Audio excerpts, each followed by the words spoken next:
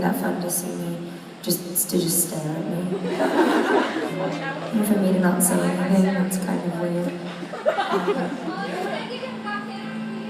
It's been, I'm sorry, so I can't hear, just for the record, when I have the ears in, I can't hear what you guys are saying. So when I take them off to do a Q&A with you, I can hear you, but when I have the in-ears in, all I can hear is myself and the guitar. Just a little technical lesson for you all. So I heard someone yelling, but I don't know. Yeah? Yeah, no, of course you can. I'm not gonna come down with the guitar though, so I'll have Tony grab it if that's okay.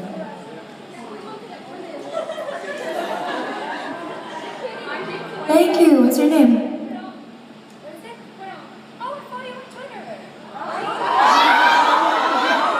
you came from. Where did you come from? Not sorry. Where'd you come from? Yeah, you came a long way. I knew you did. All right. Yeah, that's awesome. Oh, thank you.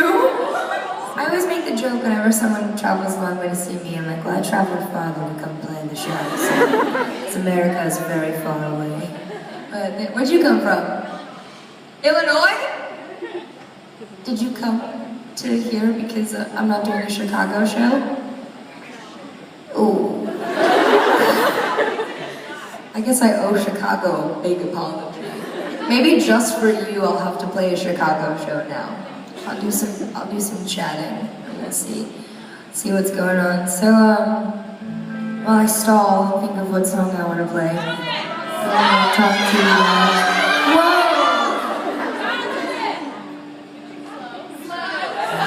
I don't know about that. And if you guys ask me to do slow tomorrow, maybe I would, because Lito's gonna be here. But I wasn't really prepared for that one yet. He doesn't land for another hour or so. So,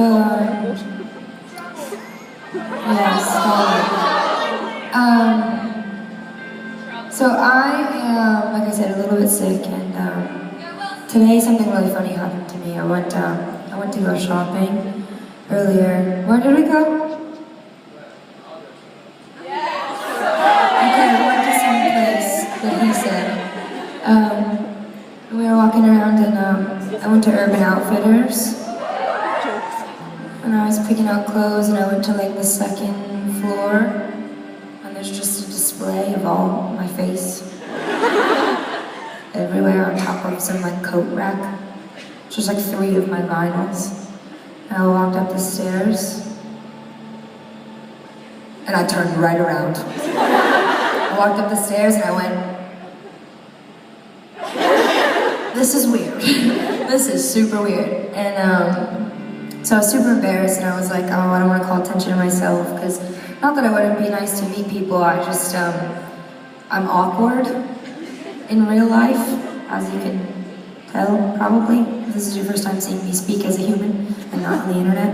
Kind of weird. And so we were leaving, and the security alarm went off. So much for not calling attention to myself, because that is exactly what I did. And the whole store turned around, and I looked like a robber. I wasn't wearing the bandana, but if I was, I would have really looked like a robber, and that would have been sick. All right, I'm totally just stalling now. What do you guys want to hear me play?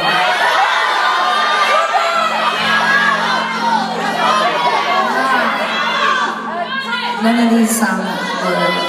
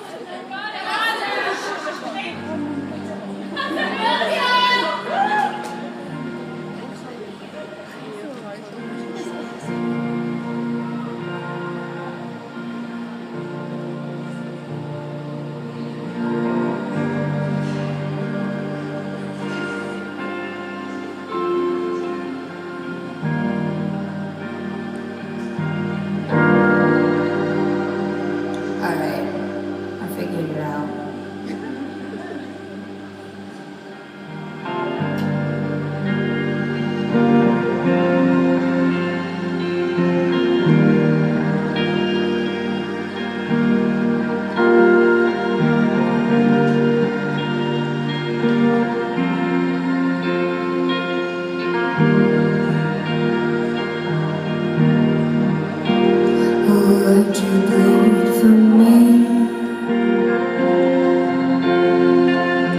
Licking off my lips like you needed me. Would you sit me on a couch with your fingers in my mouth? You look so cool when you're eating me. Let's cause a little trouble. Oh, you make me feel so weak. I bet you kiss your knuckles right before they touch my cheek. But I've got my mind made up this time. 'Cause there's a menace in my bed. Can you see his silhouette? Can you see his silhouette? And I've got my mind made up this time. Go on and light a cigarette. Set a fire in my head. Set a fire in my head tonight. Would you lie for me? Cross your sorry heart and hope to die for me. Would you pin me to a wall? Would you beg or would you crawl? Stick a needle in your hungry eyes for me. Let's cause a little trouble. Oh, you make me feel so weak. I bet you kiss your knuckles right before they touch my cheek. But I've got my mind made up this time. 'Cause there's a menace in my bed. Can you see his silhouette? Can you see his silhouette? And I've got my mind made up this time. Go on and light a cigarette. Set a fire in my head. Set a fire in my head tonight. Don't forget me, don't forget me. I wouldn't leave you if you let me. When you met me, you told me you were gonna get me. Don't forget me, don't forget me. I wouldn't leave you if you. But I've got my mind made up this time. 'Cause there's a menace in my bed. Can you see his silhouette? Can you see his silhouette? Can you see his silhouette? And I've got my mind made up this time. Go on and light a cigarette. Set a fire in my head. Set a fire in my head. And I've got my mind made up this time. Go on and light a cigarette. Set a fire in my head. Set a fire in my head tonight, tonight, tonight. Set a fire in my head tonight.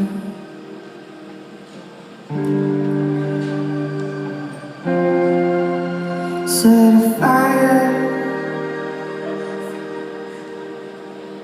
Woo! That's the first time I've sang that song in probably a year. Yeah, I used to play that song on my very first tour I ever did, the American Youth Tour. And then I never played it ever again. Because it was too boring. No, the real reason I didn't play it ever again is because I wrote Drive.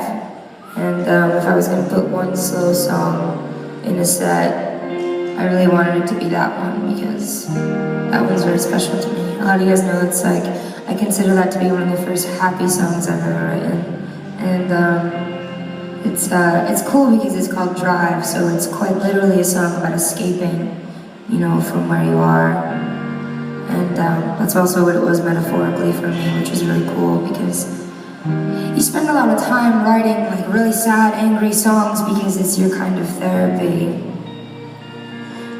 And you never want to write about happy stuff because it seems kind of like cheesy, like cliche, contrived. But I wasn't gonna write a song that was like, I just woke up and everything is perfect and my life is really good and I'm super stoked on all of it. Because you know, you hear that and you're like, good for you. I can't relate to this at all. And I found that one of the things that I think the entire world can relate to is sadness, which is a really sad thing, but is also kind of a really awesome thing. You know, whenever something really bad happens in the world kind of grieves together, and that's because sadness is something that really brings people together, and it's something that's universal. Everyone knows what it feels like to be let down, or to feel betrayed. And I think having a song about it, as depressing as that sounds, can be a really positive thing, because it reminds you that, you know, there's millions of people around the world listening to that song and feeling exactly the same as you are. Also, sad songs are really cool because you can put headphones in and drive in the car and pretend like you're in a music video. I know that's what I do. Whenever I get a song back, when I'm working on it, when they send me the mix back, like the final version of all the instruments together, I put my headphones in and I go for a drive, or I play it on the speaker like really loud to test out the sound. And I sit in the passenger seat and just like lean my head out the window. Watch all the scenery drive by. I'm sad, and I'll turn my head. And I'll turn my head back. And if it works, I'm like, yeah, this is a banger, this one's going on now. But if I can't pretend like I'm in a music video to it, then it's cut from the team. It doesn't make the record. Since I can't play another song for you guys, I figured we'd take the last however many minutes and do some questions. But if it's cool with you guys, I would really like to take the opportunity to like answer some real questions that you guys might have about, you know, what I do or about my life or advice or anything like that. You know, sometimes I do this and I'm like, Q&A time, and people are like, cool, can you come down here and like do a secret handshake with me? And I'm like, yeah, that's sick, but there's like 150 people here. They need to be a part of it too. So if we could like ask some like, you know, constructive, real questions, I would love that because I don't get the time to talk to you guys in this kind of setting. So, Vinny, I'm weak.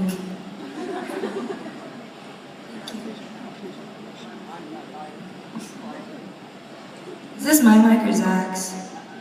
Good, because I got lipstick all over it.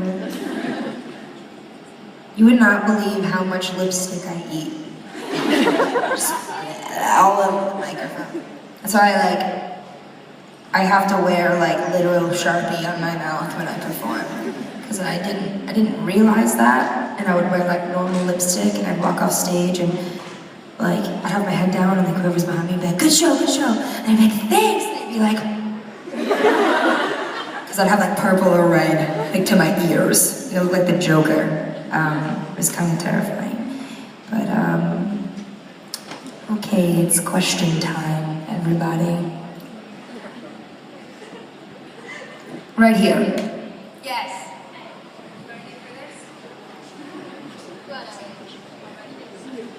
Okay. How do you deal with the amount of hate you get? Because honestly, I'm fucking sick of seeing people constantly being so negative towards everything you do. Like even this day, people complaining, oh, we don't get meet and greet. Well, what's the problem? Like, I really don't get it. You know, when I first started making music, that's really what it would. I'm gonna stand up if you guys can see. I'm sorry, I told you I'm lazy. when I first started making music, that's what I really thought it was about, was, making music, and I was like, cool, if I write good songs and I play a good show and everything's great, and this is all that I really need to do. Are you following me with a smile? I feel like I'm doing like a keynote, like I'm Steve Jobs. I'm talking to you guys about the iPhone. That's really what I thought it was about, and then, as things started to grow, I was really unprepared for the amount of attention that I was receiving. And attention is a really positive thing and also a really negative thing.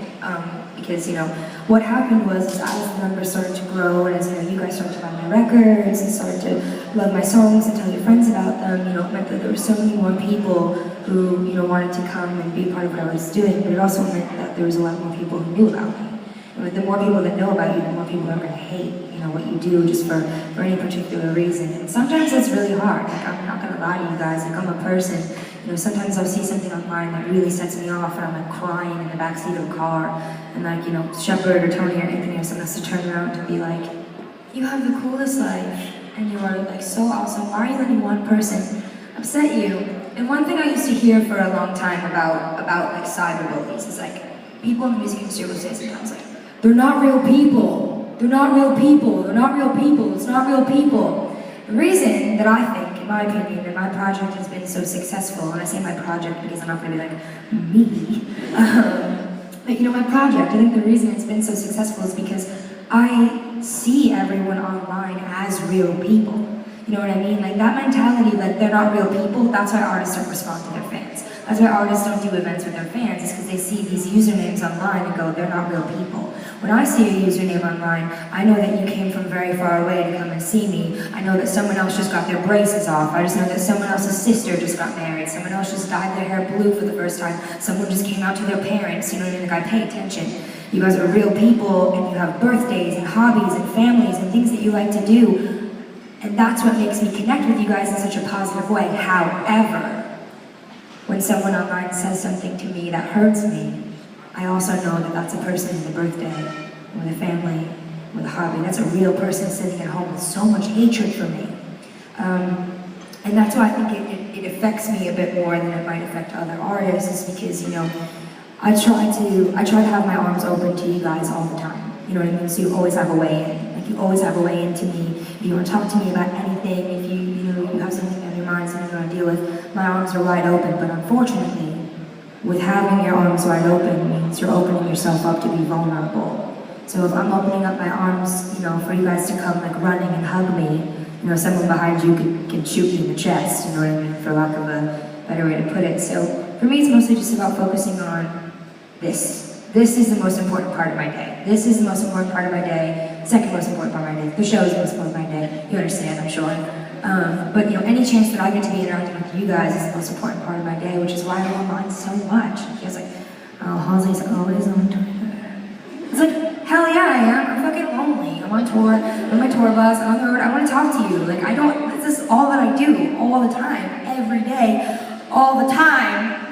I want to be talking to you guys, and that's the one thing that kind of gets me through that. And for anyone who's dealing with like cyberbullying, who doesn't have like millions of awesome fans to turn to, it's mostly just remembering that like success is the best revenge. Proving people wrong with your actions rather than your words is more important. When my record was getting ready to come out, there's so many kids online being like, "You suck! Your record's gonna flop! You suck!" Mariah Carey's better than you. Like, I don't know, you know what I mean? And so instead of like responding to those people and being like, hey, I don't suck. Like, hey, I don't suck. I just sat silently and waited because I knew that I was going to put out an awesome record. And I did, and we sold 1 million albums worldwide. And so now every time someone says to me, you flopped, I'm like, I really didn't though. We're doing good, me and these guys right here. Like, everything's okay. Like, we got it on lock. Like, we're chilling. But thank you for your concern. Like I said, success is the best revenge. Being confident, being proud of who you are, making something of yourself, that's the best thing that you can do to anyone who wants to say anything otherwise to you. And that's where I keep reminding myself, like, it took me a while to get into that headspace that was like, the haters motivate you, But I think I'm there, and I think that's a good thing, a good place to be. Sorry, that was a lot longer of a great answer than I expected to be. Yes? Yeah. No, I'll just jump.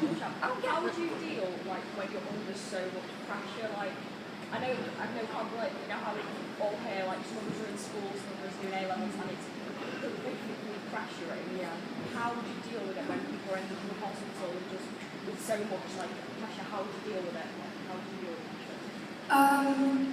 You know, that's a hard. So the question is how do I deal with pressure? Because like you know, all of us can relate to that in the same way. Like I'm on tour. Some of you are in school. You have a job. You have a family you have to take care of. You know, you're worried about something personally that you're dealing with that you don't know how to like say to everybody. And like for me, I think that like dealing with the pressure is mostly just about like keeping my cool. And also just being really self-aware, so being really aware of yourself, aware of the actions that you're doing, and aware of the energy that you're putting out there. Just like taking the time every now and then to calm down and be like, I got this, I'm gonna be okay. Because like, you know, one of the weird, craziest things about my life, and like I'm only bringing it back to me because I'm the only life I have. These are the only circumstances I have to relate back to yours or my own. And so, you know, for me it's like, sometimes I'm really stressed out and I've waken up at like 7 in the morning, gotten on a plane, landed, gone to do a radio interview, gone to do a photo shoot that took 4 hours, and then I have to do a sound check and I have to play a show, and when I get off the show, there's 10 people in my dressing room from the record company who all want to talk to me. And I'm like, I don't want to fucking do this anymore, this fucking sucks! Like, and I freak out, but then like, you know, I just kind of like, I have to calm myself down. I talk to someone that I like to talk to someone who has nothing to do with the problem. My favorite thing to do when I'm really stressed out is to call like my 10-year-old brother. Because he doesn't know anything about sound checks and record sales and top 40 radio, and like to him I'm a rock star. Like he's 10, he doesn't know about anything. He wants to call me and let me know that he just got a role in The Little Mermaid, like in his school play. And talking to someone else about what's going on for them is like such a calming thing to step away. I think that the best stress relief is animals, if you like them, because they can't talk to you. Babies and like little kids, because you can just look at them and be like, you have no idea. And I love it so much. But yeah, other than that, like, it's just about clearing your head, and stepping away, and like, being proud of yourself, and if it's a project for school you're stressed about, like if it's like an art project or something, like look at other art that you've done and be like, wow, you know what, I'm really good at this, I got this, I'm good at this.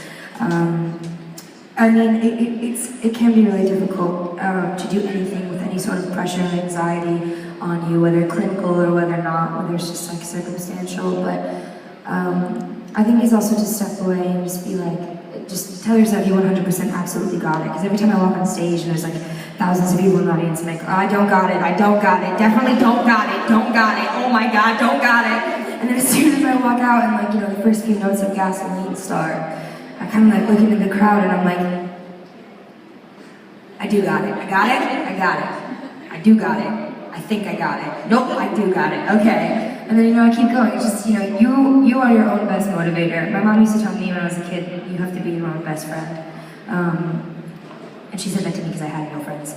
She was trying to be a good mom. But that stuck with me later, like throughout my entire life, is like the concept of like, you need to be your own best friend. You constantly need to be supporting yourself. And they're going to pull me off the stage with a cane if I don't stop. So, thank you guys, seriously, for hanging out with me. The show is going to be starting. They're going to be opening the doors. What's up? I still can't hear you. So if you have anything you want to give to me, you can pass it down. Yeah, of course.